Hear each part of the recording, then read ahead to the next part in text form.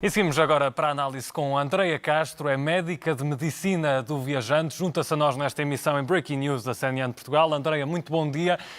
Também já integrou a tripulação de um navio cruzeiro. Já lá vamos à sua experiência propriamente dita enquanto médica tripulante. O que lhe pergunto, enquanto médica de medicina do viajante, é se, posto este surto de antavírus, vão ter de se adaptar às práticas nos cruzeiros, ou seja, vai ter de haver algum rastreamento prévio antes de entrar no cruzeiro? Vai ter de ser adaptada a alguma medida, de certa forma, a entrada em cruzeiros? Bom dia. Não acredito e não creio que tal vá acontecer. Esta é uma situação completamente inesperada e parte do facto de ser inesperada é realmente pela questão de ser muito, muito raro este tipo de ocorrências. Para além disso, para além de ser extremamente raro, estamos a falar de um tipo de transmissão que é dependente de um contacto, até ao que sabemos do momento, com excrementos de roedores que estavam infectados e, portanto, são situações ainda mais incomuns. Não está previsto qualquer tipo de rastreamento para este tipo de situação, uma vez que, como voltei a referir no início, são extremamente improváveis de acontecer com regularidade. E agora, e analisando aquilo que foi a ação do médico a bordo deste navio cruzeiro, o médico avaliou aquele que é considerado o paciente zero, que acabou por falecer. O paciente demonstrou alguns sintomas, mas o médico foi sempre reportando que não havia qualquer perigo para o navio em geral e mesmo depois da morte houve passageiros a contactar com a viúva, que também estava infectada e acabou também depois por falecer. Consideramos que com aquilo que são os meios de ação, que eu diria que são limitados e também nos pode esclarecer em relação a isso, a ação do médico foi prudente neste caso? Foi, na realidade, o médico não poderia ter feito muito mais do que aquilo que fez. Muitas pessoas não têm conhecimento, mas os navios de cruzeiro têm sempre uma clínica médica a bordo, nomeadamente os cruzeiros de luxo, cruzeiros de maiores dimensões.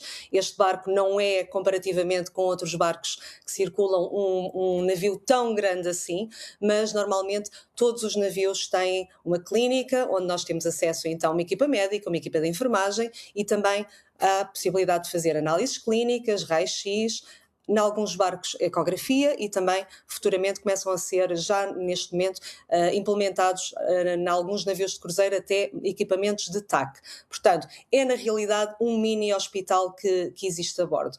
Agora, esta situação do antavírus, e nomeadamente esta estirpe andina, esta estirpe relacionada com as Américas, os primeiros sintomas são sintomas altamente inespecíficos. Nós definimos isto como sintomas tão banais e tão comuns que se tornam muito difícil de chegar a um diagnóstico ou de chegar a uma E tem um período de consultação incubação com também base muito maior que nestes outras sintomas. doenças, certo, André? Isso E também que tem um dificulta, período de naturalmente. incubação, sim, exatamente, tem um período de incubação que se sabe que poderá andar ali pelas 6, 8 semanas. Agora, quando nós temos, claro, alguém que nos surge numa clínica médica, num hospital, neste caso a nível do navio, com um quadro de febre, de dores musculares, de algum mal-estar, vamos, obviamente por uma questão de raciocínio clínico e de análise de probabilidades, para aquilo que é o mais comum, para o que é o mais frequente, portanto um quadro gripal, dentro deste tipo de situação.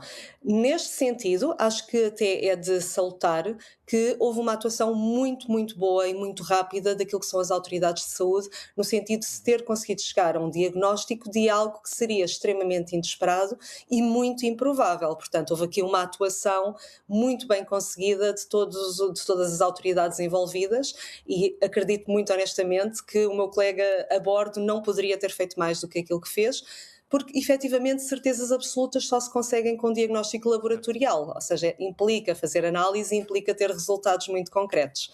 E a partir do momento que tivemos, foi a partir daí que começámos a ter os chamados casos confirmados, em vez dos casos meramente prováveis. E André, qual é que é o nível de facilidade de testar o antavírus? Isso pode ser feito, por exemplo, como acontecia na pandemia do Covid-19, com um teste PCR, ou é algo mais complexo para fazer esta testagem?